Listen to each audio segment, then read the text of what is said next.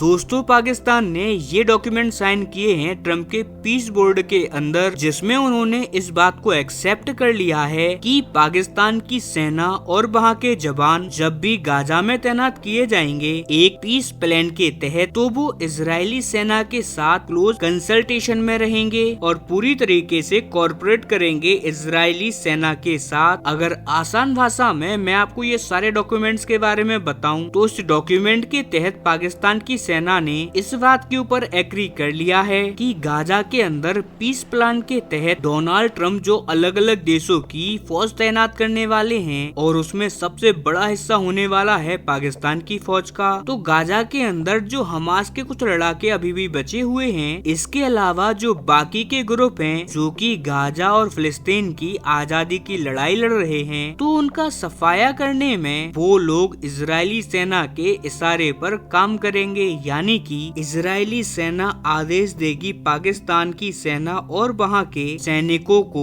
जब वो गाजा पहुँच जाएंगे। इसका मतलब साफ साफ यही है कि पाकिस्तान ने न केवल इजराइल को इनडायरेक्टली रिकॉग्नाइज कर लिया है, बल्कि अब वो नेतन्याहू के आदेश मानना भी कबूल कर चुके हैं। और जब से ये डॉक्यूमेंट्स पब्लिक हुआ है तभी से पाकिस्तान के अंदर एक बड़ी हड़कंप सी मच गई थी। ऐसे में पाकिस्तान की सेना ने जितने भी न्यूज नेटवर्क हैं उन सभी जगहों से इन डॉक्यूमेंट्स को हटवाना स्टार्ट कर दिया। इसके अलावा सोशल मीडिया साइट्स पर जहां पर ये डॉक्यूमेंट्स शेयर किए गए थे वहां से तमाम फेमस अकाउंट्स ने या तो उन अकाउंट्स को बंद करवा दिया या फिर उनके ऊपर दबाव डाल के उन तमाम अकाउंट्स को डिलीट करवा दिया है। इन तमाम ट्वीट्स को और आर्टिकल्स को इससे आप अंदाजा लगा लीजिए कि पाकिस्तान की सेना किस तरीके से भन्नाई हुई है इस डॉक्यूमेंट्स के लीक होने की वजह से। लेकिन यहाँ पर भी सबसे ज्यादा इंटरेस्टिंग बात तो ये है कि डोनाल्ड ट्रम्प के इस बोर्ड ऑफ पीस में पाकिस्तान के अलावा भारत को भी इनविटेशन भेजा गया था और चाइना को और उनके साथ कुछ और यूरोपियन देशों को भी इनविटेशन भेजा गया था। लेकिन चाइना ने तो सीधा सीधा इस इनविटेशन को रिजेक्ट कर दिया है जो कि डोनाल्ड ट्रम्प ने भेजा था और साफ साफ कह दिया है कि वो डोनाल्ड ट्रम्प के पीस ऑफ बोर्ड में हिस्सा नहीं बनने वाले। और अगर हम भारत की बात करें तो भारत अभी सिर्फ कंसीडर्ड कर रहा है और सोच रहा है कि क्या हमें हिस्सा बनना चाहिए या फिर नहीं। लेकिन कुछ एक्सपर्ट और रिपोर्ट्स के अकॉर्डिंग भारत इस बोर्ड ऑफ पीस का हिस्सा बनेगा, इसके चांस बहुत ही ज्यादा कम हैं और इसके मेन रूप से दो ही कारण हैं और वो क्या है वो मैं आपको बताता हूँ। लेकिन उससे पहले जिन भाइयों ने अभी तक चैनल को सब्सक्राइब नहीं किया है, आप सभी लोगों से विनम्र निवेदन है कि प्लीज आप चैनल को सब्सक्राइब कर लो, वीडियो को लाइक कर दो और जितना हो सके इस वीडियो को अपने दोस्तों तक फॉरवर्ड करो ताकि उन्हें भी इस सब के बारे में जानकारी मिल पाए। खैर चलिए बिना टाइम गवाए हम वीडियो में आगे बढ़ते हैं। तो उसका पहला कारण तो ये है कि डोनाल्ड ट्रम्प ने एक फीस लगा दी है ज्वाइनिंग के लिए और ये फीस है $1 बिलियन। यानी कि अगर आपको बोर्ड ऑफ पीस का सदस्य बनना है तो सबसे पहले आपको ट्रम्प का इनविटेशन लेटर चाहिए होगा और आपको $1 बिलियन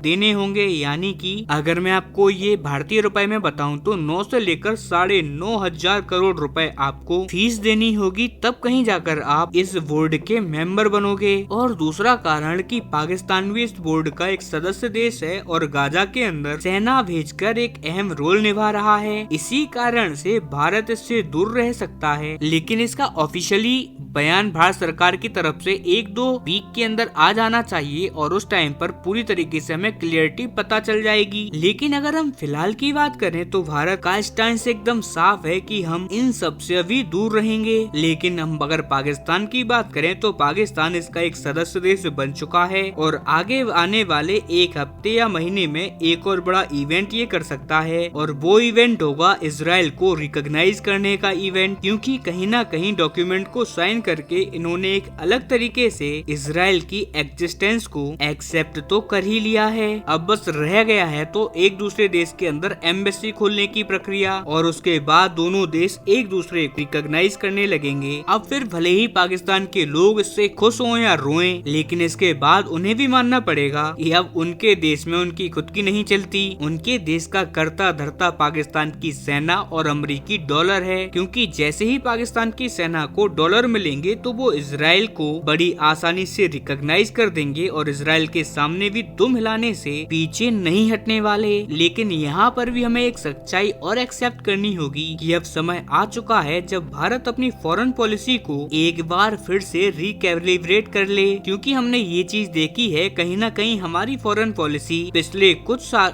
अब पीछे छूट रही है और इसी वजह से अब हमें हमारे विदेश मंत्रालय में कुछ नए और एग्रेसिव चेहरे लेके आने की जरूरत है, जो कि भारतीय फॉरेन पॉलिसी को धार दें और पाकिस्तान और ऐसे ही और भारत के दुश्मन देशों को मुंहतोड़ और फटकदार जवाब दें। क्योंकि आपको ये बात तो मानना ही होगा कि पिछले एक साल में हमारी फॉरेन पॉलिसी, अगर हम उसे बुरी नहीं कह सकते तो हम उसे अच्छा भी नहीं कह सकते, क्योंकि पिछले कई सालों में पिछला साल हमारी फॉरेन पॉलिसी के लिहाज से जरा भी अच्छा नहीं रहा है। इसीलिए अब भारत को इस सेक्टर में भी सख्त बदलाव की जरूरत साफ साफ नजर आ रही है। हालांकि इस सब पर आपका ओपिनियन क्या है, आपका ओपिनियन भी हमें कमेंट में देना ना भूलें। साथ ही चैनल को सब्सक्राइब करें, वीडियो को लाइक करें। हम मिलते हैं जल्दी ही किसी और वीडियो में, तब तक के लिए नमस्कार।